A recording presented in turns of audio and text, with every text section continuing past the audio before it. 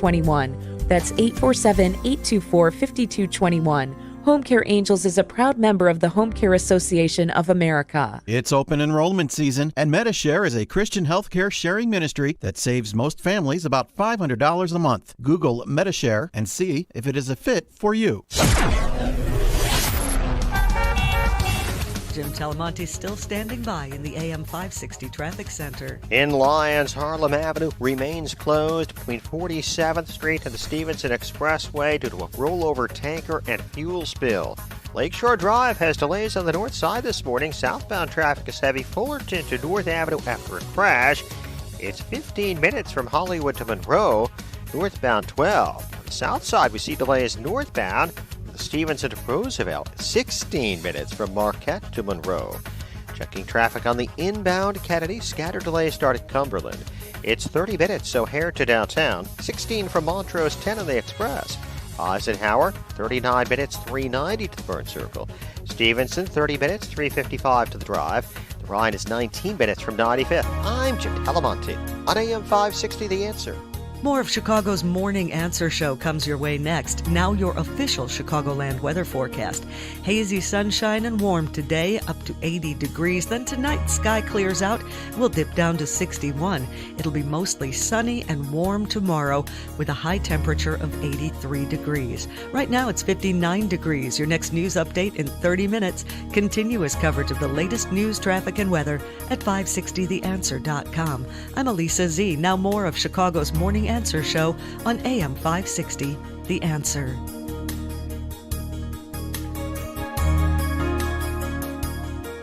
Listen to AM 560, The Answer, online at 560theanswer.com, on the AM 560 mobile app, on your Alexa-powered smart speaker, on TuneIn, iHeart, and radio.com. See Candace Owens, Charlie Kirk, and Larry Elder at Freedom Summit 2020 on October 31st. Tickets on sale now at freedomsummitchicago.com.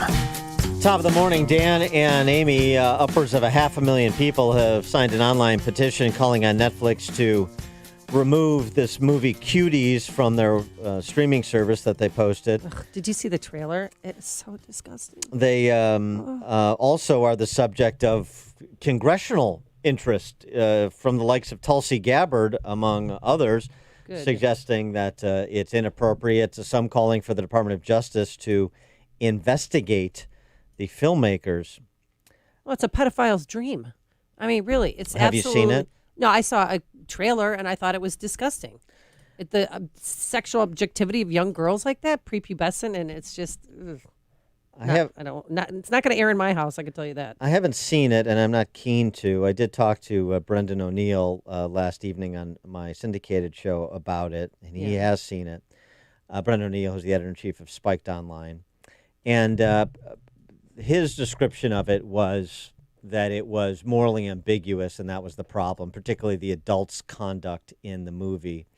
That on the one hand, the director suggests that he's trying to make a statement about the sexualization of children. But on the other hand, the takeaway from Brendan O'Neill, who's a pretty sophisticated guy, is that it just doesn't accomplish what he says he was trying to accomplish because of the moral ambiguity of the behavior of adults with respect to the sexualization of the kids in the film. But look, this is a long-running effort by the left to mainstream pedophilia. And you don't have to believe me. You just have to go back and read op-eds in salon.com from 6 years ago, from 8 years ago. I'm a pedophile, but I'm not a monster. Do you remember that one? Mm-hmm. We discussed it on this show. Oh, yeah, we read excerpts of it. Yep. So this is just the latest iteration of it, and it's very confusing in these times because on the one hand, you have the Me Too movement, and you're talking about women of age who are suggested to not have agency because of the imbalance in a power relationship, a Hollywood producer and an aspiring actress, for example. They're not to have agency, so they were preyed upon even though they're of age. On the other hand, you're suggesting that young girls, or boys, but the point is the same, do have agency, and that just love is love, as the leftists want to say. Is it? And all barriers must come down. For more on the topic, we're pleased to be joined again by Andi Buerger. She is the co-founder of Beulah's Place in Redmond, Oregon. She's the author of A Fragile Thread of Hope, One Survivor's Quest to Rescue, and she's the co-founder of Voices Against Trafficking. Andi Buerger, thanks for joining us again. Appreciate it. Well, thanks for having me back. I really appreciate that, Dan and Amy. So give us your perspective on Cuties and what you would like to see or not see happen to the film. Well, personally, I would like to see that film taken off any streaming and destroyed. But in short of that, everything you said is correct. This is fodder for pedophiles, and it will also help fuel the child sex trafficking trade. We know that at least 1 in 4 victims are trafficking are children. And honestly, if the director really wanted to make a statement, where is the proof? Where is the prior statement saying, hey, I believe we need to make a statement about the sexualization of young children? There's no history of activism or of participation in the fight, against exploitation. What I believe, my personal opinion, is it's a money grab. And, Netflix wants influence and money. They certainly have high-end consultants who you would think would know better than to put something like this out. I mean, these little girls, who are the parents that even allowed them to be in this movie, you know?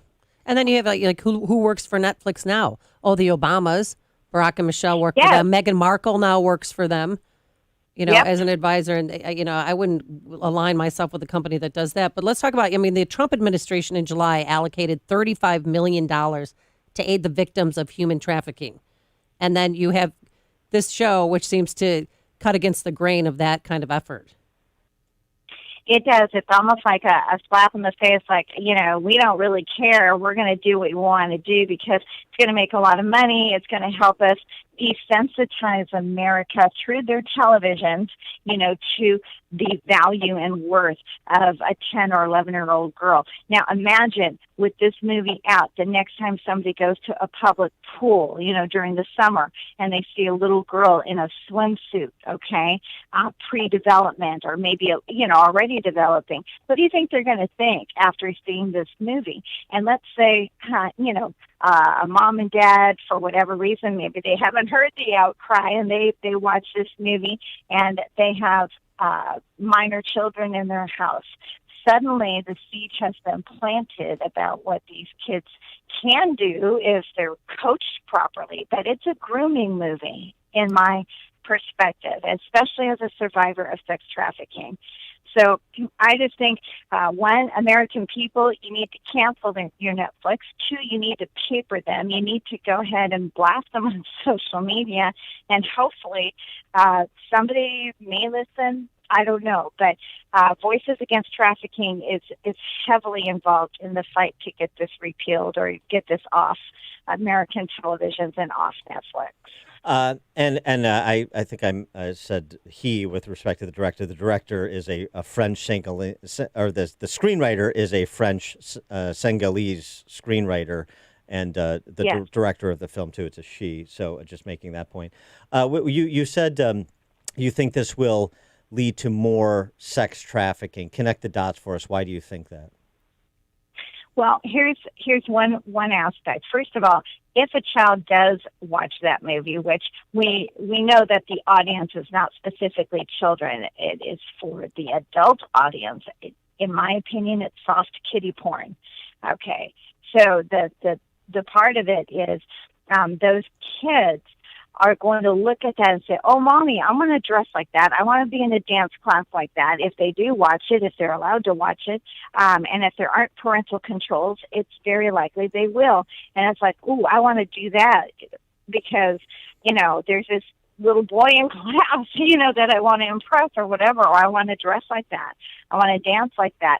There is no possible reason on earth to show a 10 or 11-year-old undulating on screen, in a behavior that is not age appropriate. And the film also takes away the parental right to have an age appropriate conversation with their own children on sex and intimacy. She was the director I referenced, screenwriter director. she said this about how she interacted with the children. She, quote, created a climate of trust between the children and myself. Oh, sounds like a groomer. She stated, while working on the film, I explained to them everything I was doing and the research I had done before I wrote the story. I was also lucky that these girls' parents were also activists, so we were all on the same side. At their age, they've seen this kind of dance. Any child with a telephone can find these images on social media these days. And she said she also worked with a child psychologist during the filming, for the interests of protecting the kids. How do you react to those statements? Well, that very statement you just made, she garnered their trust. Okay, so these little girls are thinking, hey, we're going to be in a movie, we're going to be popular, we're going to be famous, whatever. So they are trusting that she is doing the best for their interest when it really is self-interest. Nobody makes a movie like that because they care about children. They make a movie like that for sensationalism, to desensitize our values about children. They're used as chattel all the time, but also it's a money grab. They're going to make a lot of money, and as well, just like Amy said, the consultants, former President Obama and his wife who have children, Two girls. Meghan Markle. Yeah. And they should be the ones that are coming up and saying, denouncing this film. But sex sells, and sex is always sold in this country and all around the world. That's, the reality we live in, and I don't know how to change it.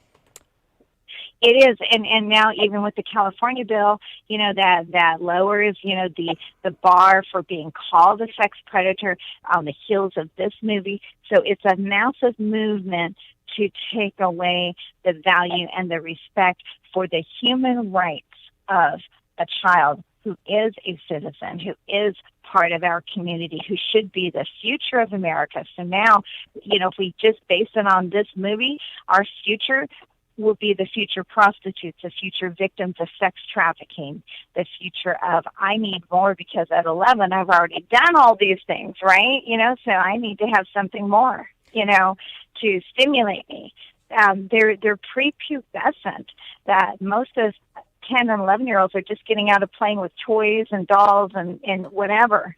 And now suddenly they're thrusted into an adult activity that should be their choice when the time comes. And I think you make a salient point, too, when you say that, just think, who's the audience? Who's the audience here? The audience obviously isn't kids. This isn't for families to watch together. The audience is for pederasts, I guess. I don't know. The audience definitely is for those who have depraved nature, those who are curious, those who are interested, maybe those who thought about having sex with a child, because a couple years ago, the Rutherford Institute published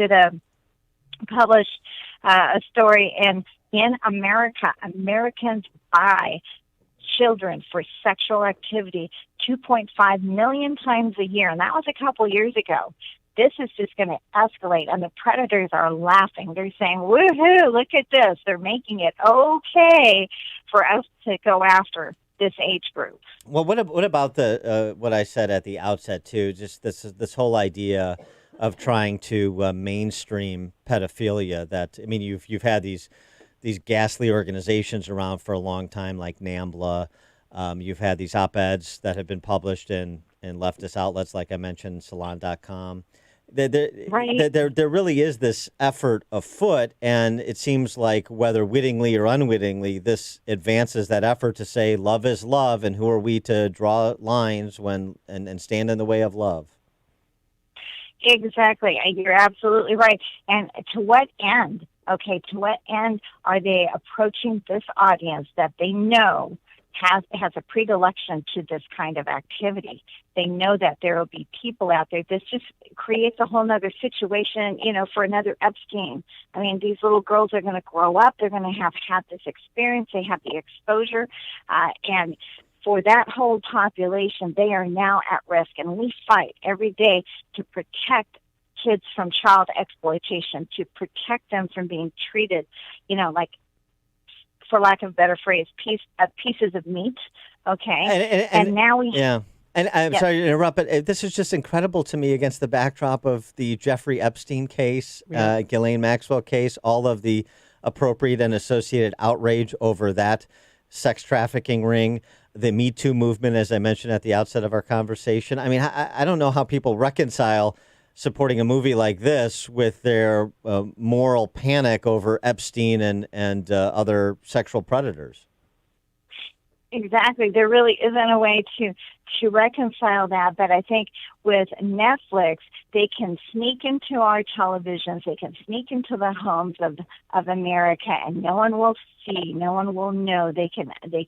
I mean, basically, the predators are going to use this as their rite of passage, saying, well, hey, it's okay. It's all over TV. America is going, the way Europe has gone. It's not a big deal, if kids have sex. What 10-year-old do you know actively seeks out a sexual relationship? What do they even know about that? They know nothing about that. She is Andi Buerger. She's the co-founder of Beulah's Place in Redmond, Oregon. She's the author of A Fragile Thread of Hope, One Survivor's Quest to Rescue, and she's the co-founder of Voices Against Trafficking. Andi, thanks for joining us again. Appreciate it. Thank you so much. I appreciate that. Yeah, thanks for all the work you do. And she joined us on our turnkey.pro answer line. It's like a hot, steaming cup of information to start your day. It's Chicago's Morning Answer on AM 560, The Answer. This is Sebastian Gorka. This election in November is the most consequential since 1860. The stakes are high, the battle line stark. That's why I'm excited to talk to you about Dinesh D'Souza's latest film. It's called Trump Card, and it's an expose of the socialism, corruption, and gangsterism that defines the modern Democrat Party. Whether it's the creeping socialism of Joe Biden or the overt socialism of Bernie Sanders, the film reveals what's unique about modern socialism, who's behind it, why it's evil, and how we can work with President Trump to stop it. Go to watchtrumpcard.com and pre-order your video on demand and DVD. You don't want to miss this important new film by Dinesh D'Souza. Pre-order your DVD and video on demand now at watchtrumpcard.com.